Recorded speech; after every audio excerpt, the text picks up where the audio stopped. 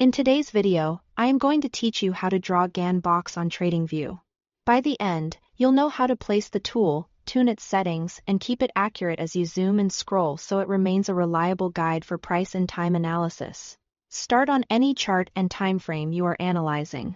Head to the left-hand toolbar, open the drop-down that contains geometric drawing tools, often near the trendline or Fibonacci tools, and select Gann box.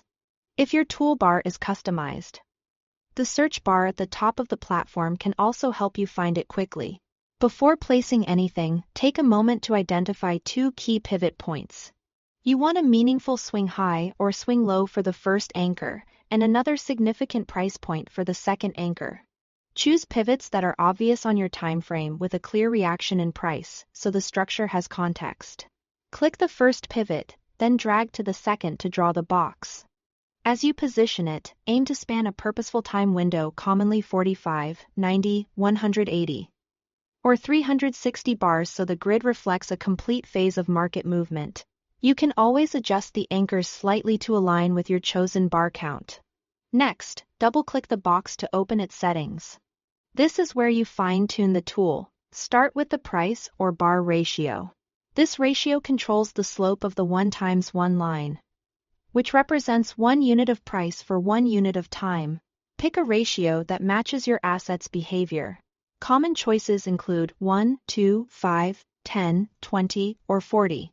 Higher ratios steepen the 1x1 line, which can make sense for fast-moving or higher-priced instruments, while lower ratios may suit slower or lower-priced markets. Test a few and see which aligns best with the way price is advancing over time. While you are in settings, customize the colors and visibility of the angles, such as the 1x1 and 1x2 lines. Keep the chart readable by using subtle colors and hiding levels you don't need, so the most important angles stand out. Finally, refine the structure. Your goal is for the 1x1 diagonal to pass through the price action in a sensible way, acting like a balanced axis of movement. Make small adjustments to the anchors if needed. To preserve consistency, while zooming or changing timeframes, enable the lock price to bar ratio option. This maintains the proportions of the box so it doesn't distort as you navigate the chart. That's it. Select the tool, choose strong pivots, draw across a meaningful bar count. Set your price or bar ratio. Style the levels you care about, and lock the ratio to keep everything stable. Practice on a few charts to build intuition, and the Gann box will quickly become a powerful part of your technical workflow.